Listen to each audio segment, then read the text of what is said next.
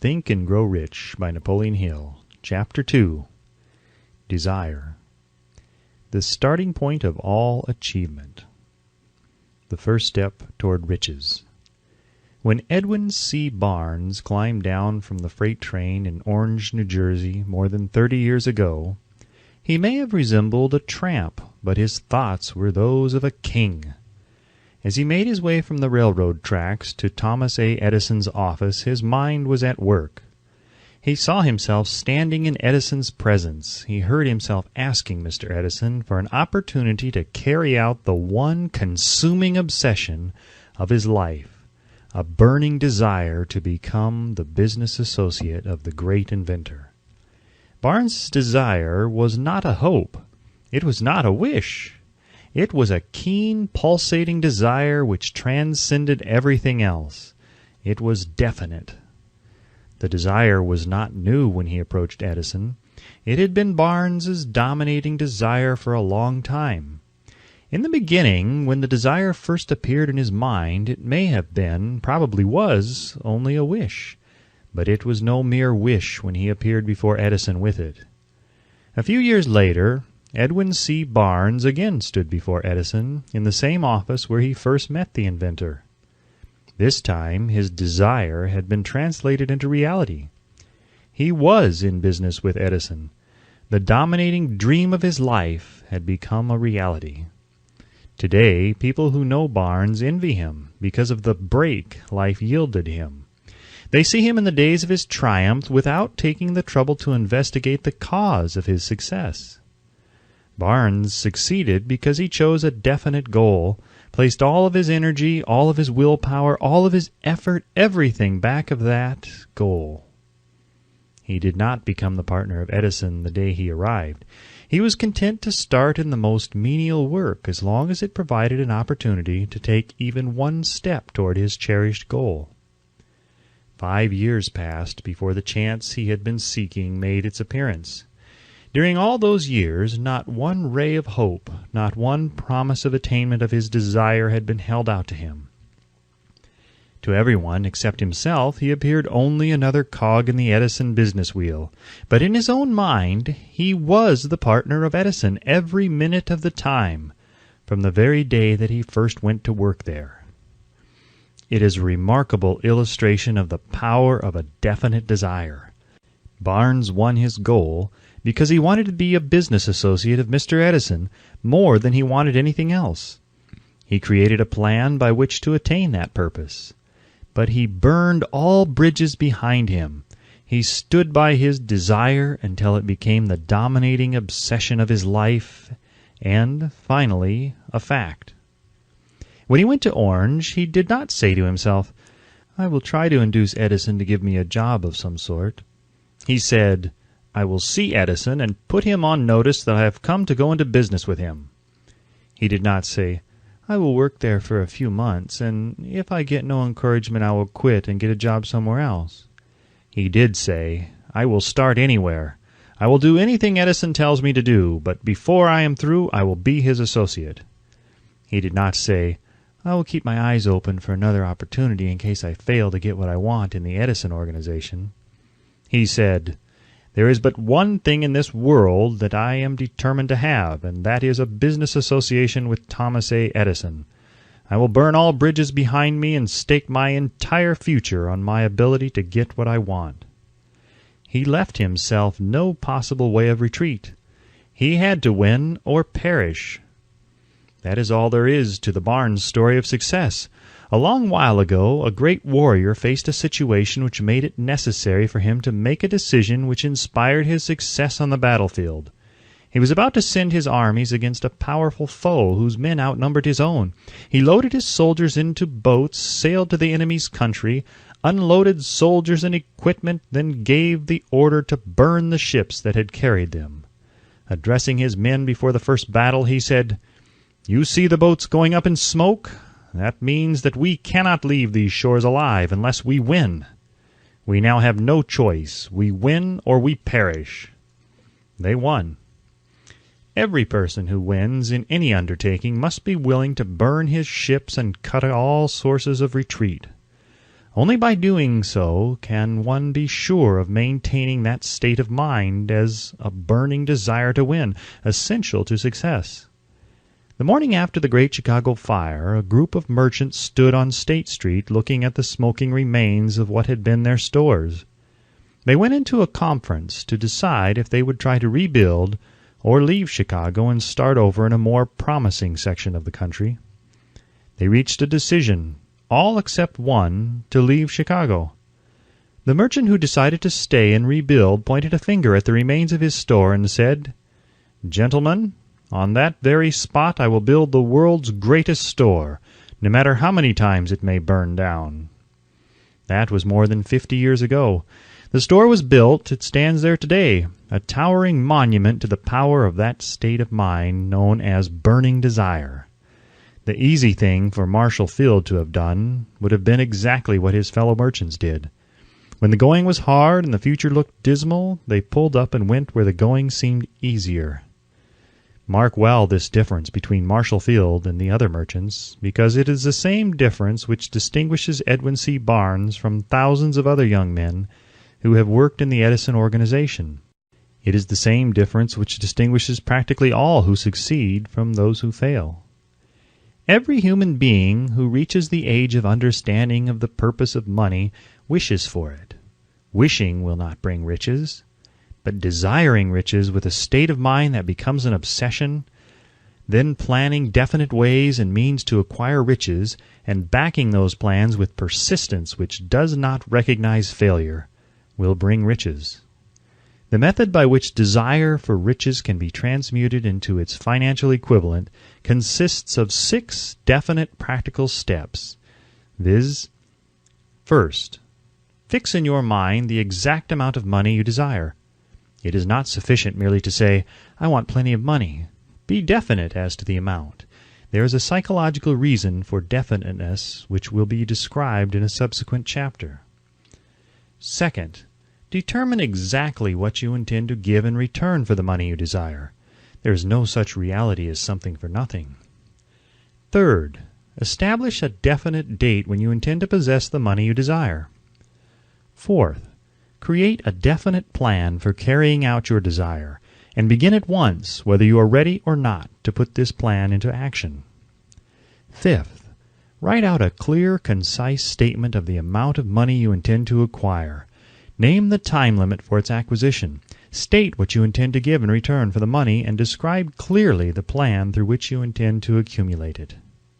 Sixth, read your written statement aloud twice daily, once just before retiring at night, and once after arising in the morning. As you read, see and feel and believe yourself already in possession of the money. It is important that you follow the instructions described in these 6 steps. It is especially important that you observe and follow the instructions in the 6th paragraph. You may complain that it is impossible for you to see yourself in possession of money before you actually have it. Here is where a burning desire will come to your aid. If you truly desire money so keenly that your desire is an obsession, you will have no difficulty in convincing yourself that you will acquire it. The object is to want money and to become so determined to have it that you convince yourself you will have it. Only those who become money conscious ever accumulate great riches. Money consciousness means that the mind has become so thoroughly saturated with the desire for money that one can see one's self already in possession of it. To the uninitiated, who has not been schooled in the working principles of the human mind, these instructions may appear impractical. It may be helpful to all who fail to recognize the soundness of the 6 steps to know that the information they convey was received from Andrew Carnegie, who began as an ordinary laborer in the steel mills, but managed, despite his humble beginning, to make these principles yield himself a fortune of considerably more than $100 million. It may be of further help to know that the 6 steps here recommended were carefully scrutinized by the late Thomas A. Edison, who placed his stamp of approval upon them as being not only the steps essential for the accumulation of money, but necessary for the attainment of any definite goal. The steps call for no hard labor. They call for no sacrifice. They do not require one to become ridiculous or credulous. To apply them calls for no great amount of education, but the successful application of these 6 steps does call for sufficient imagination to enable one to see and to understand that accumulation of money cannot be left to chance, good fortune, and luck. One must realize that all who have accumulated great fortunes first did a certain amount of dreaming, hoping, wishing, desiring, and planning before they acquired money. You may as well know right here that you can never have riches in great quantities unless you can work yourself into a white heat of desire for money and actually believe you will possess it. You may as well know also that every great leader from the dawn of civilization down to the present was a dreamer. Christianity is the greatest potential power in the world today because its founder was an intense dreamer who had the vision and the imagination to see realities in their mental and spiritual form before they had been transmuted into physical form. If you do not see the great riches in your imagination, you will never see them in your bank balance.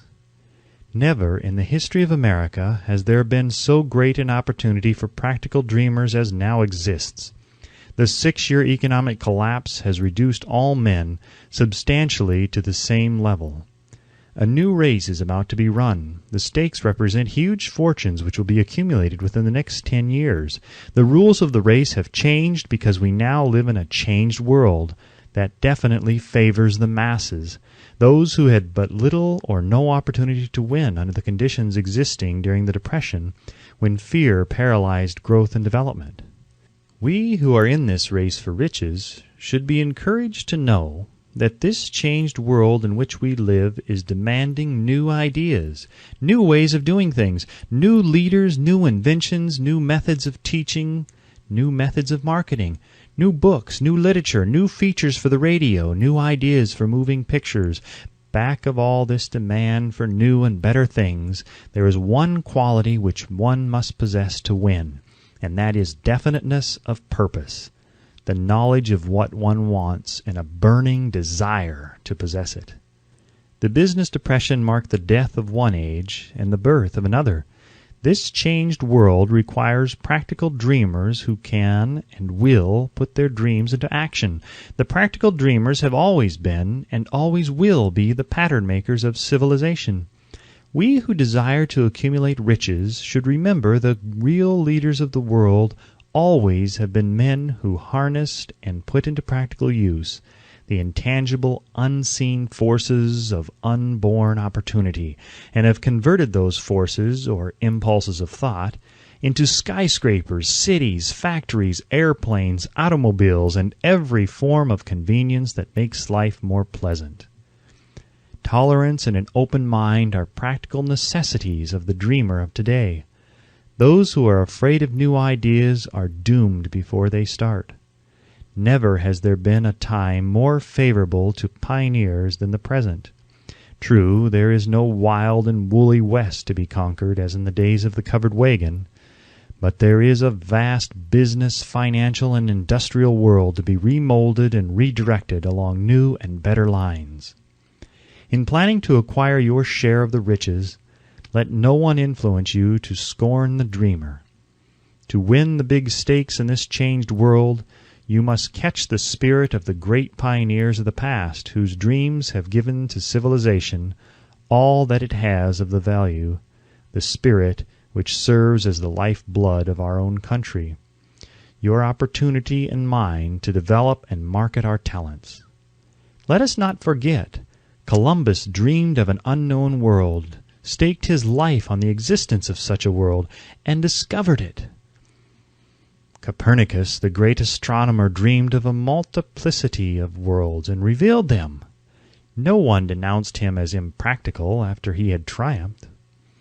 Instead, the world worshipped at his shrine, thus proving once more that success requires no apologies, failure permits no alibis.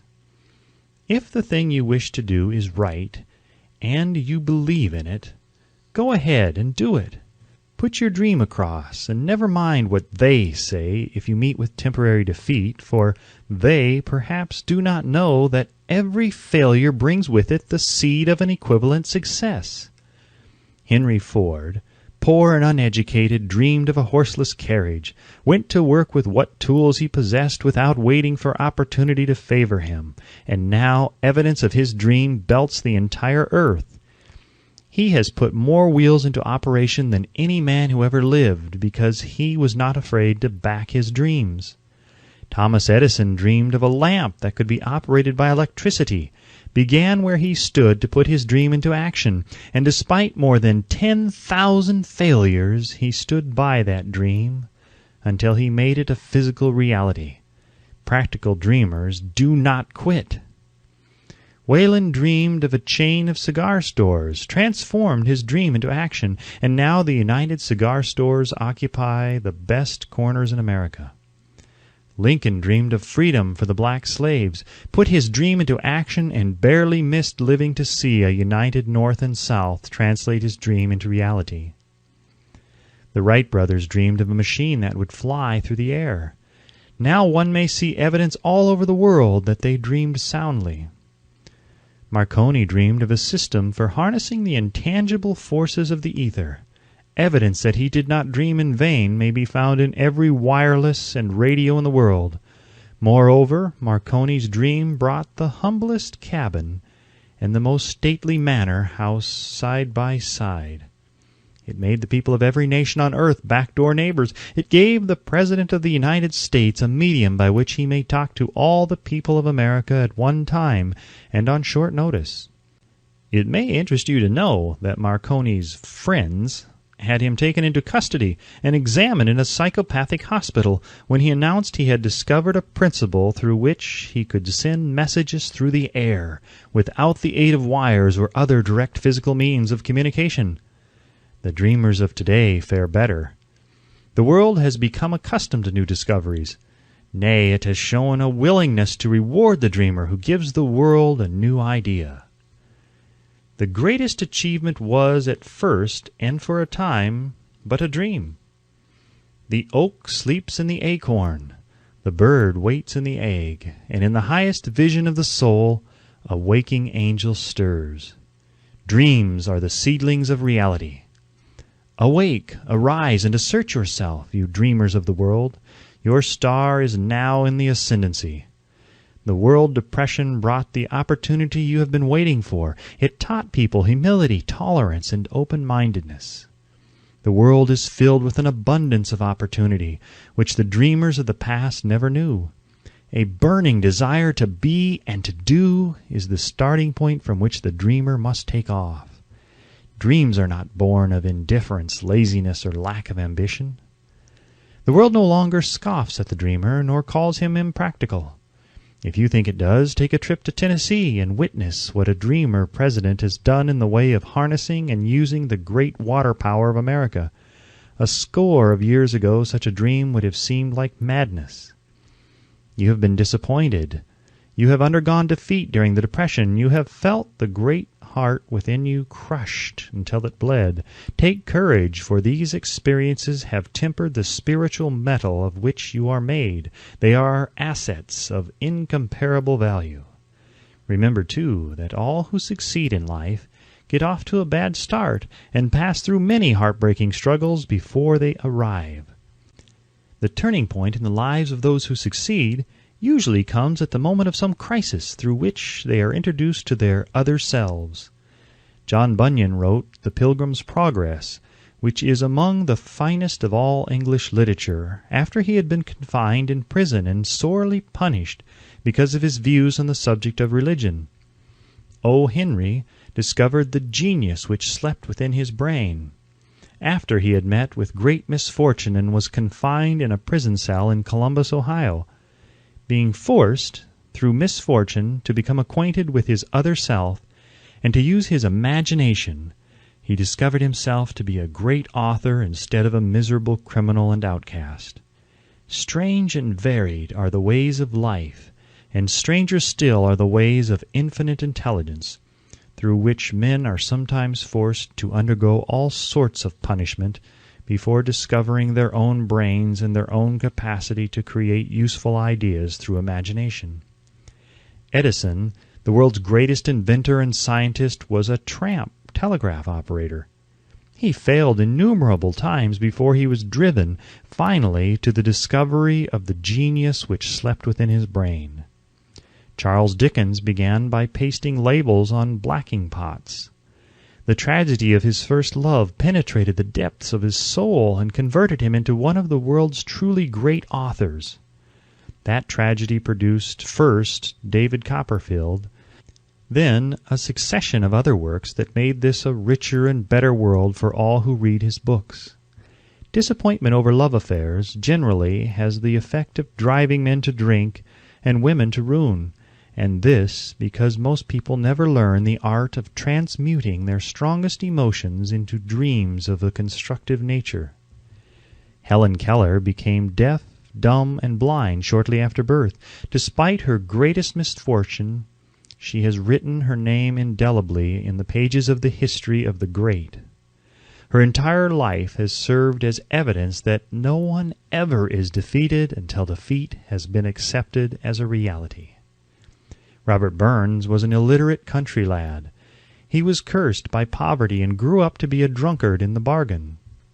The world was made better for his having lived because he clothed beautiful thoughts in poetry, and thereby plucked a thorn and planted a rose in its place. Booker T. Washington was born in slavery, handicapped by race and color. Because he was tolerant, had an open mind at all times on all subjects, and was a dreamer, he left his impress for good on an entire race. Beethoven was deaf, Milton was blind, but their names will last as long as time endures, because they dreamed and translated their dreams into organized thought. Before passing to the next chapter, kindle anew in your mind the fire of hope, faith, courage, and tolerance. If you have these states of mind and a working knowledge of the principles described, all else that you need will come to you when you are ready for it. Let Emerson state the thought in these words: "Every proverb, every book, every byword that belongs to thee, for aid and comfort shall surely come home through open or winding passages. Every friend whom not thy fantastic will, but the great and tender soul in thee craveth, shall lock thee in his embrace." There is a difference between wishing for a thing and being ready to receive it. No one is ready for a thing until he believes he can acquire it. The state of mind must be belief, not mere hope or wish. Open-mindedness is essential for belief. Closed minds do not inspire faith, courage, and belief. Remember, no more effort is required to aim high in life, to demand abundance and prosperity, than is required to accept misery and poverty. A great poet has correctly stated this universal truth through these lines: "I bargained with life for a penny, and life would pay no more. However, I begged at evening, when I counted my scanty store. For life is a just employer, he gives you what you ask, but once you have set the wages, why, you must bear the task. I worked for a menial's hire, only to learn, dismayed, that any wage I had asked of life, life would have willingly paid." Desire outwits Mother Nature. As a fitting climax to this chapter, I wish to introduce one of the most unusual persons I have ever known. I first saw him 24 years ago, a few minutes after he was born. He came into the world without any physical sign of ears, and the doctor admitted, when pressed for an opinion, that the child might be deaf and mute for life. I challenged the doctor's opinion. I had the right to do so. I was the child's father. I, too, reached a decision and rendered an opinion, but I expressed the opinion silently in the secrecy of my own heart. I decided that my son would hear and speak. Nature could send me a child without ears, but nature could not induce me to accept the reality of the affliction. In my own mind, I knew that my son would hear and speak. How? I was sure there must be a way, and I knew I would find it. I thought of the words of the immortal Emerson. The whole course of things goes to teach us faith. We need only obey. There is guidance for each of us, and by lowly listening we shall hear the right word. The right word? Desire! More than anything else, I desired that my son should not be a deaf-mute. From that desire I never receded, not for a second. Many years previously I had written, "Our only limitations are those we set up in our own minds." For the first time I wondered if that statement were true. Lying on the bed in front of me was a newly born child without the natural equipment of hearing. Even though he might hear and speak, he was obviously disfigured for life. Surely this was a limitation which that child had not set up in his own mind. What could I do about it? Somehow I would find a way to transplant into that child's mind my own burning desire for ways and means of conveying sound to his brain without the aid of ears. As soon as the child was old enough to cooperate, I would fill his mind so completely with a burning desire to hear that nature would, by methods of her own, translate it into physical reality. All this thinking took place in my own mind, but I spoke of it to no one. Every day I renewed the pledge I had made to myself, not to accept a deaf-mute for a son. As he grew older and began to take notice of things around him, we observed that he had a slight degree of hearing. When he reached the age when children usually begin talking, he made no attempt to speak, but we could tell by his actions that he could hear certain sounds slightly. That was all I wanted to know. I was convinced that if he could hear even slightly, he might develop still greater hearing capacity. Then something happened which gave me hope. It came from an entirely unexpected source. We bought a Victrola. When the child heard the music for the first time, he went into ecstasies and promptly appropriated the machine. He soon showed a preference for certain records, among them "It's a Long Way to Tipperary." On one occasion he played that piece over and over for almost 2 hours, standing in front of the Victrola with his teeth clamped on the edge of the case. The significance of this self-formed habit of his did not become clear to us until years afterward, for we had never heard of the principle of bone conduction of sound at that time. Shortly after he appropriated the Victrola, I discovered that he could hear me quite clearly when I spoke with my lips touching his mastoid bone, or at the base of the brain. These discoveries placed in my possession the necessary media by which I began to translate into reality my burning desire to help my son develop hearing and speech. By that time he was making stabs at speaking certain words. The outlook was far from encouraging, but desire backed by faith knows no such words as impossible. Having determined that he could hear the sound of my voice plainly, I began immediately to transfer to his mind the desire to hear and speak. I soon discovered that the child enjoyed bedtime stories, so I went to work creating stories designed to develop in him self-reliance, imagination, and a keen desire to hear and to be normal. There was one story in particular which I emphasized by giving it some new and dramatic coloring each time it was told. It was designed to plant in his mind the thought that his affliction was not a liability, but an asset of great value, despite the fact that all the philosophy I had examined clearly indicated that every adversity brings with it the seed of an equivalent advantage. I must confess that I had not the slightest idea how this affliction could ever become an asset. However, I continued my practice of wrapping that philosophy in bedtime stories, hoping the time would come when he would find some plan by which his handicap could be made to serve some useful purpose. Reason told me plainly that there was no adequate compensation for the lack of ears and natural hearing equipment. Desire, backed by faith, pushed reason aside and inspired me to carry on. As I analyze the experience in retrospect, I can see now that my son's faith in me had much to do with the astounding results. He did not question anything I told him. I sold him the idea that he had a distinct advantage over his older brother, and that this advantage would reflect itself in many ways. For example, the teachers in school would observe that he had no ears, and because of this they would show him special attention and treat him with extraordinary kindness. They always did. His mother saw to that by visiting the teachers and arranging with them to give the child the extra attention necessary. I sold him the idea, too, that when he became old enough to sell newspapers — his older brother had already become a newspaper merchant — he would have a big advantage over his brother for the reason that people would pay him extra money for his wares because they could see that he was a bright, industrious boy despite the fact that he had no ears. We could notice that gradually the child's hearing was improving. Moreover, he had not the slightest tendency to be self-conscious because of his affliction. When he was about 7, he showed the first evidence that our method of servicing his mind was bearing fruit. For several months he begged for the privilege of selling newspapers, but his mother would not give her consent. She was afraid that his deafness made it unsafe for him to go on the street alone. Finally, he took matters into his own hands. One afternoon, when he was left at home with the servants, he climbed through the kitchen window, shinnied to the ground, and set out on his own.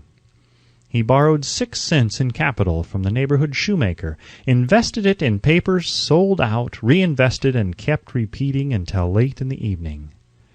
After balancing his accounts and paying back the 6 cents he had borrowed from his banker, he had a net profit of 42 cents. When he got home that night, we found him in bed asleep with the money tightly clenched in his hand. His mother opened his hand, removed the coins, and cried. Of all things, crying over her son's first victory seemed so inappropriate. My reaction was the reverse. I laughed heartily, for I knew that my endeavor to plant in the child's mind an attitude of faith in himself had been successful.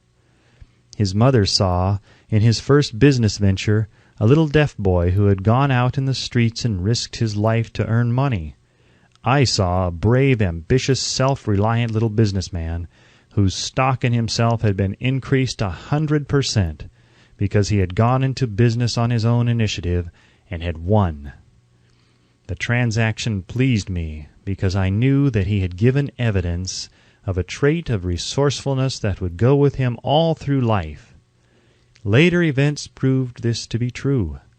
When his older brother wanted something, he would lie on the floor, kick his feet in the air, cry for it, and get it. When the little deaf boy wanted something, he would plan a way to earn the money, then buy it for himself. He still follows that plan. Truly, my own son has taught me that handicaps can be converted into stepping stones on which one may climb toward some worthy goal, unless they are accepted as obstacles and used as alibis. The little deaf boy went through the grades, high school and college, without being able to hear his teachers excepting when they shouted loudly at close range. He did not go to a school for the deaf. We would not permit him to learn the sign language. We were determined that he should live a normal life and associate with normal children, and we stood by that decision, although it cost us many heated debates with school officials. While he was in high school, he tried an electrical hearing aid, but it was of no value to him, due, we believed, to a condition that was disclosed when the child was 6 by Dr. J. Gordon Wilson of Chicago, when he operated on one side of the boy's head and discovered that there was no sign of natural hearing equipment.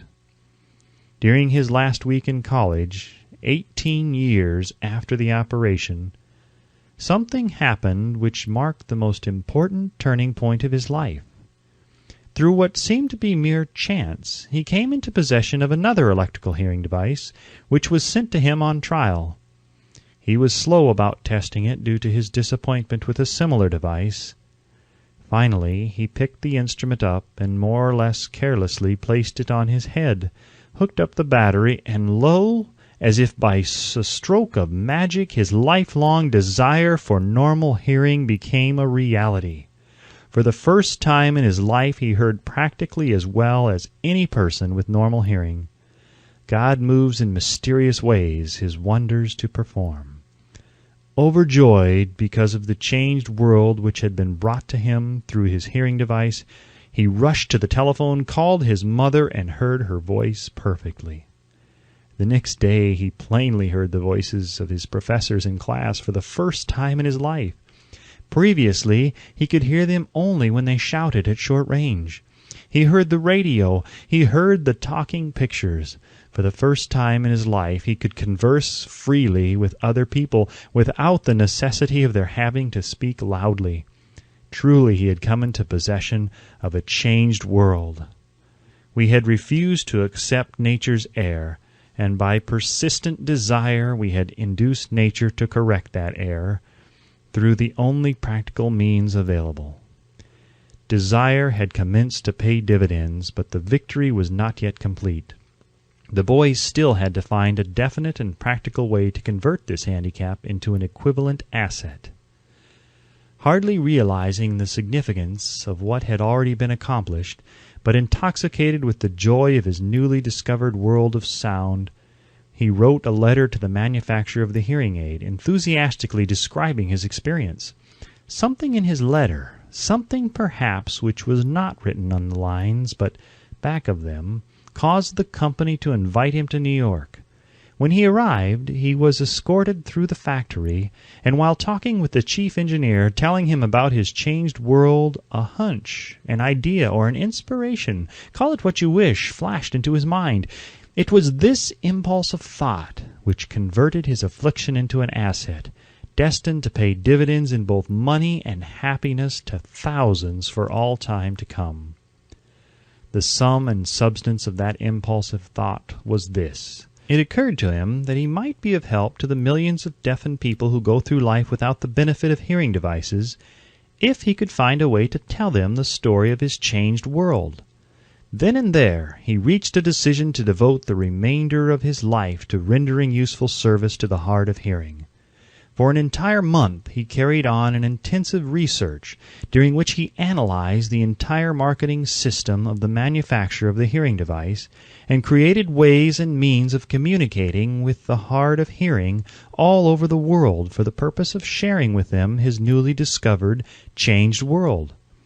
When this was done, he put in writing a 2-year plan based upon his findings. When he presented the plan to the company, he was instantly given a position for the purpose of carrying out his ambition. Little did he dream when he went to work that he was destined to bring hope and practical relief to thousands of deafened people who, without his help, would have been doomed forever to deaf mutism. Shortly after he became associated with the manufacturer of his hearing aid, he invited me to attend a class conducted by his company for the purpose of teaching deaf mutes to hear and to speak. I had never heard of such a form of education. Therefore I visited the class, skeptical but hopeful that my time would not be entirely wasted. Here I saw a demonstration which gave me a greatly enlarged vision of what I had done to arouse and keep alive in my son's mind the desire for normal hearing. I saw deaf mutes actually being taught to hear and to speak through application of the self-same principle I had used more than 20 years previously in saving my son from deaf mutism. Thus, through some strange turn of the wheel of fate, my son Blair and I have been destined to aid in correcting deaf mutism for those as yet unborn, because we are the only living human beings, as far as I know, who have established definitely the fact that deaf mutism can be corrected to the extent of restoring to normal life those who suffer with this affliction. It has been done for one, it will be done for others. There is no doubt in my mind that Blair would have been a deaf mute all his life if his mother and I had not managed to shape his mind as we did. The doctor who attended at his birth told us, confidently, the child might never hear or speak.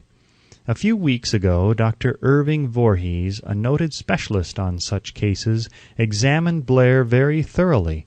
He was astounded when he learned how well my son now hears and speaks, and said his examination indicated that, theoretically, the boy should not be able to hear at all. But the lad does hear, despite the fact that X-ray pictures show there is no opening in the skull whatsoever from where his ears should be to the brain. When I planted in his mind the desire to hear and talk and live as a normal person, There went with that impulse some strange influence which caused nature to become a bridge builder, and span the gulf of silence between his brain and the outer world by some means which the keenest medical specialists have not been able to interpret. It would be sacrilege for me to even conjecture as to how nature performed this miracle. It would be unforgivable if I neglected to tell the world as much as I know of the humble part I assumed in the strange experience. It is my duty and a privilege to say I believe, and not without reason, that nothing is impossible to the person who backs desire with enduring faith. Verily, a burning desire has devious ways of transmuting itself into its physical equivalent. Blair desired normal hearing. Now he has it. He was born with a handicap which might easily have sent one with a less defined desire to the street with a bundle of pencils and a tin cup. That handicap now promises to serve as the medium by which he will render useful service to many millions of hard of hearing, also to give him useful employment at adequate financial compensation the remainder of his life. The little white lies I planted in his mind when he was a child by leading him to believe his affliction would become a great asset, which he could capitalize, has justified itself. Verily, there is nothing right or wrong which belief plus burning desire cannot make real. These qualities are free to everyone. In all of my experience in dealing with men and women who had personal problems, I never handled a single case which more definitely demonstrates the power of desire. Authors sometimes make the mistake of writing of subjects of which they have but superficial or very elementary knowledge. It has been my good fortune to have had the privilege of testing the soundness of the power of desire through the affliction of my own son. Perhaps it was providential that the experience came as it did, for surely no one is better prepared than he to serve as an example of what happens when desire is put to the test. If Mother Nature bends to the will of desire, is it logical that mere men can defeat a burning desire? Strange and imponderable is the power of the human mind. We do not understand the method by which it uses every circumstance, every individual, every physical thing within its reach as a means of transmuting desire into its physical counterpart. Perhaps science will uncover this secret. I planted in my son's mind the desire to hear and to speak as any normal person hears and speaks. That desire has now become a reality. I planted in his mind the desire to convert his greatest handicap into his greatest asset. That desire has been realized. The modus operandi by which this astounding result was achieved is not hard to describe. It consisted of 3 very definite facts. First, I mixed faith with the desire for normal hearing, which I passed on to my son. Second, I communicated my desire to him in every conceivable way available, through persistent, continuous effort over a period of years. Third, he believed me. As this chapter was being completed, news came of the death of Madame Schumann-Heink. One short paragraph in the news dispatch gives the clue to this unusual woman's stupendous success as a singer. I quote the paragraph because the clue it contains is none other than desire. Early in her career, Madame Schumann-Heink visited the director of the Vienna Court Opera to have him test her voice. But he did not test it. After taking one look at the awkward and poorly dressed girl, he exclaimed none too gently, "With such a face and with no personality at all, how can you ever expect to succeed in opera? My good child, give up the idea. Buy a sewing machine and go to work. You can never be a singer." Never is a long time. The director of the Vienna Court Opera knew much about the technique of singing. He knew little about the power of desire when it assumes the proportion of an obsession. If he had known more of that power, he would not have made the mistake of condemning genius without giving it an opportunity. Several years ago, one of my business associates became ill. He became worse as time went on and finally was taken to the hospital for an operation. Just before he was wheeled into the operating room, I took a look at him and wondered how anyone as thin and emaciated as he could possibly go through a major operation successfully. The doctor warned me that there was little if any chance of my ever seeing him alive again. But that was the doctor's opinion. It was not the opinion of the patient. Just before he was wheeled away, he whispered feebly, "Do not be disturbed, Chief. I will be out of here in a few days." The attending nurse looked at me with pity. But the patient did come through safely. After it was all over, his physician said, "Nothing but his own desire to live saved him. He never would have pulled through it if he had not refused to accept the possibility of death." I believe in the power of desire backed by faith because I have seen this power lift men from lowly beginnings to places of power and wealth. I have seen it rob the grave of its victims. I have seen it serve as the medium by which men staged a comeback after having been defeated in 100 different ways. I have seen it provide my own son with a normal, happy, successful life despite nature's having sent him into the world without ears. How can one harness and use the power of desire? This has been answered through this and the subsequent chapters of this book. This message is going out to the world at the end of the longest and perhaps the most devastating depression America has ever known. It is reasonable to presume that the message may come to the attention of many who have been wounded by the Depression, those who have lost their fortunes, others who have lost their positions, and great numbers who must reorganize their plans and stage a comeback. To all these I wish to convey the thought that all achievement, no matter what may be its nature or its purpose, must begin with an intense, burning desire for something definite. Through some strange and powerful principle of mental chemistry, which she has never divulged, nature wraps up in the impulse of strong desire that something which recognizes no such word as impossible and accepts no such reality as failure.